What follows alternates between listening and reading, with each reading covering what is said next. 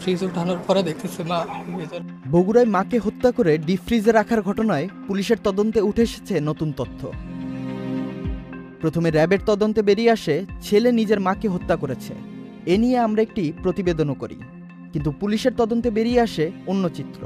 ছেলে নয়, মাকে হত্যা করে সাদের বাসার ভাড়াটিয়া মাবিয়া সুলতানা, মোসলেম উদ্দিন ও সুমন রবি দাস। জানা যায় ওই বাসার 4 তলায় মাবিয়া সুলতানা ভাড়া থাকতেন। তার বাসায় নানা ধরনের লোকের যাতায়াত ছিল। এ নিয়ে উম্মে সালমা নিষেধ করায় মারিয়া তার উপর ক্ষুব্ধ হন। এরপর মাদক ব্যবসায়ী সুমন রবি দাসের সঙ্গে যোগসাজশ করে তাকে হত্যা করেন।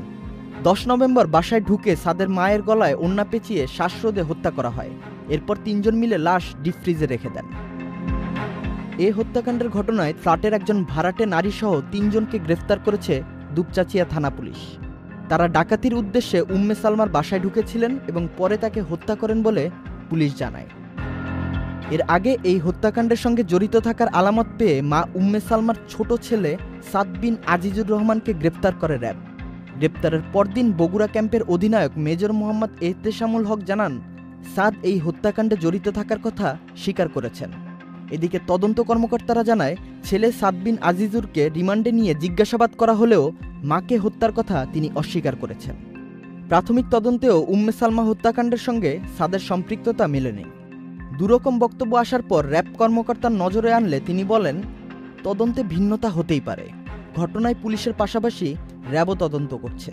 164, 161 ধারা আলাদা। এখানে র্যাবের অন্য কোনো উদ্দেশ্য ছিল না। তবে তদন্তে গাফলতি থাকলে তা খতিয়ে দেখা হবে। এরপর থানা পুলিশের হাতে এসেছে নতুন 3 জনের সূত্র। 4 তলার ফ্ল্যাটের ভাড়াটিয়া মাবিয়া সুলতানা সহ 3 জন। মাবিয়া সুলতানার বাসা থেকে উম্মে সালমার ফ্ল্যাটের চাবি পাওয়া গেছে। চাবিটা নিয়ে গেছে, সেই চাবিটা মাবিয়ার বাসা থেকে উদ্ধার হয়েছে। পুলিশ জানায়, উম্মে সালমা হত্যাকাণ্ডের জট খুলে দিয়েছে সিসিটিভি ক্যামেরার ফুটেজ ও গোয়েন্দা তথ্য। মামলার তদন্ত নতুন মোড় নেওয়ায় উম্মে সালমা হত্যাকাণ্ডে ছেলে সাদ বিন আজিজুর রহমান জড়িত নন বলে প্রাথমিকভাবে নিশ্চিত হওয়া গেছে। মারুফুজ্জামান, চ্যানেল আই।